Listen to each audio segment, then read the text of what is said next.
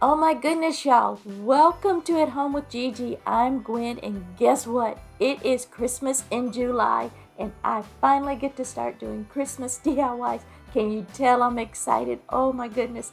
I cannot wait to show you today's Pinterest inspired Christmas DIYs. Now, let's just get started.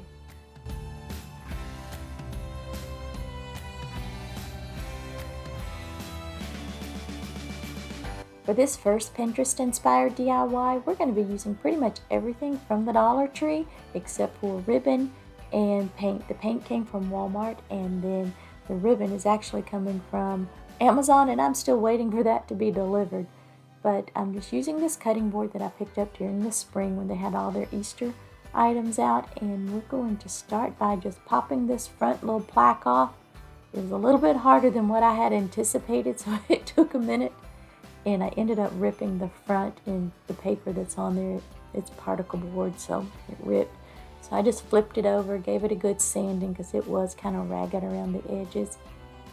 But don't worry, we're going to cover up that back, or I guess I should say the front side, so if anybody turns your sign over, it doesn't look so raggedy. And I'm just going to give this little front placard a good little sanding also, because I'm going to cover that in Waverly's white chalk paint. Thank you guys for being here today. I so appreciate it. My channel is almost to 600 subscribers, so thank you. If you're new, welcome. If you are returning, a great big welcome to you as well, and thank you so much for your support. I used burnt umber from Apple Barrel and mixed it with a little bit of water. I meant for this to look more like a stain than such a dark, solid color, but it didn't really work out that way. I should have added more water, or I should have just went with my antiquing wax, but I didn't. I wanted to try something different, so it's a little darker than I anticipated even after going over it with the white, but that's okay. I really like how it looks at the end. And I'm just going to give the believe sign one coat of the Waverly chalk paint in crimson. And I will tell you this, I used a small brush to get in all the little nooks and crannies. You might want to use an old brush when you do that, because it ruined my brush. And now I'm just attaching the little placard back to the front or the back side, however you want to look at it, of my cutting board.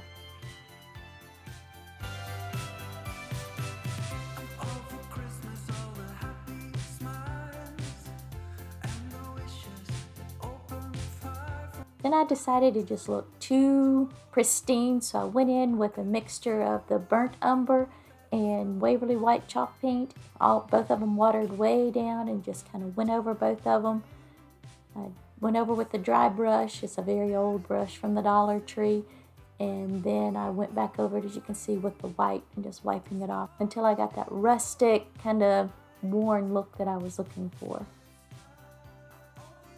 Now, distressing your piece is strictly optional. Like I said, this is inspired by a piece, or sort of a combination of a couple of pieces I saw on Pinterest, so I just kind of put it together, and I knew I wanted the more rustic, antique-y looking, used type of sign.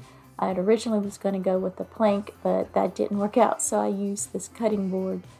But anyway, I am just attaching the believe sign to the front of the little cutting board with Gorilla Hot Glue. Now, if you want a more permanent hold, you can use E6000. My personal favorite is the Gorilla Gel Glue, and it does not smell as much as the E6000, and in my opinion, it sets up a lot faster. But this was late in the evening, and I'm trying to hurry up and get finished, so I'm using hot glue, but you can use whatever glue you prefer. And I'm just going to use burlap ribbon and some red plaid ribbon to attach to the ends of my bells. And I'm just pinching it in, as you can see right there at the end, and then I'm going to run it through that little loop. And that's easier said than done when you are fat-fingered like I am, so it took a little bit of maneuvering, but I was able to get it through. And this ribbon came from Amazon, and I believe I said at the beginning I was waiting for it to come in, because when I was planning this project, I didn't have anything, can you believe it, to go with this or to complement it. My style is more bright, shiny ribbon and just glitter for Christmas, and I love that. But I wanted to, like I said, I was inspired by this sign that I saw on Pinterest, so I wanted to try it out, and this ribbon I thought just complemented, the colors just complemented my sign so well, and the size was just perfect.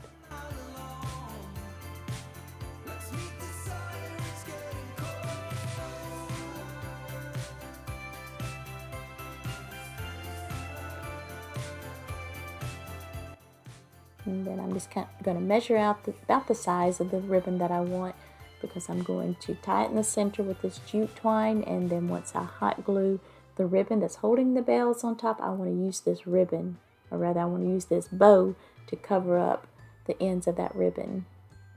You'll see what I'm talking about in just a minute. And I did trim down the tops of the ribbon, as you can see there, just to make it fit on the handle. I mean, it's going to hang over just a tiny bit where I'm layering it, because I want the bells to kind of come out at an angle on each side, the shorter bells, and then in the center with the burlap, as you can see, hanging down a little bit longer, but that bow is going to cover up all of that. And again, I'm just using some hot glue to put it all in place. And that does it, except for just dovetailing the ends of your ribbon.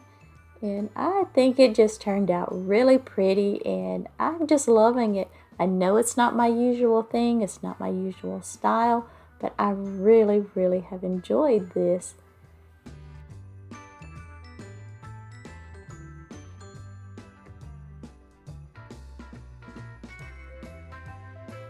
For this DIY, we're going to make a set of Santa mittens. You know, gotta keep Santa's hands warm, but seriously, I saw these on Pinterest as well, and I just like, oh, I have got to make them.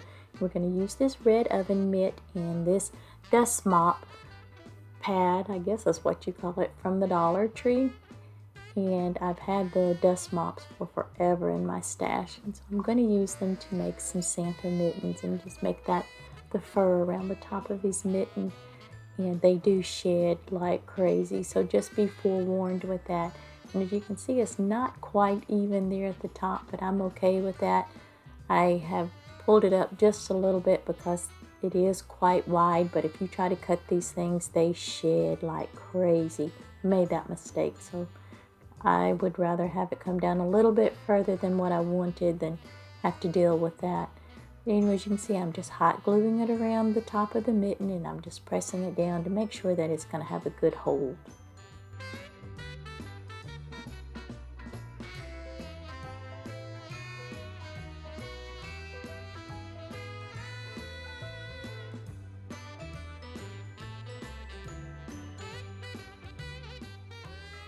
I always have a bag of greenery left over from every season, so I'm just taking some pieces out of that bag and just going to hot glue it to the front of the mitten.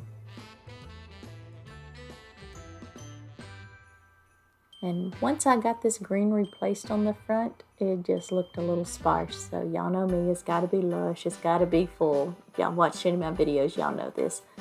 So I decided just to cut another one of the little sprigs down and just pop them in with a little hot glue until it started looking a little better. And I went back and I'm like, it needed to be a little bit taller, so I just cut another one down and then just hot glued it in behind the other sprig of greenery. And then to me, I was like, oh, bingo, that's perfect, I love it. But I thought it was just really super cute. But I thought it needed something else, so I decided to add in this black and red check ribbon. This also came from Amazon in that packet of 6 that I bought. But I thought it was just really cute and just had that vibe, but I wanted something else to go with it, but I didn't want to add in any of the other ribbon because it was all plaid and checks, and I'm like, I've got enough of that. So I dug this out. This came from Dollar Tree. You all recognize this. I wasn't too sure about the polka dots and the checks together, so tell me what y'all think. Should I have chosen something else? But to me, it just kind of worked. Not sure if you'll think so, but I love it. So we're going to go with it. But just tied it off there in the center with some jute twine. Just fluffed it until I got it all fluffed out and looking pretty.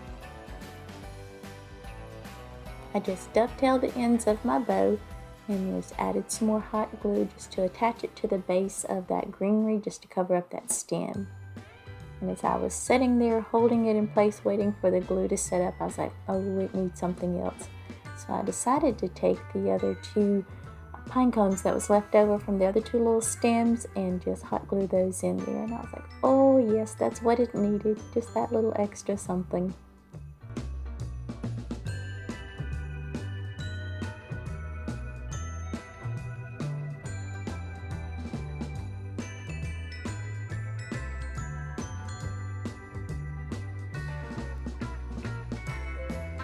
But I decided not to put the greenery on the other one.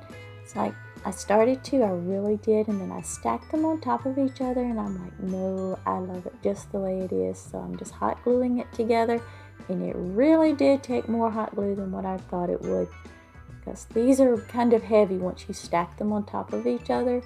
So just know that if you decide to recreate this, that it's going to take a little more hot glue than what you would think to hold them together.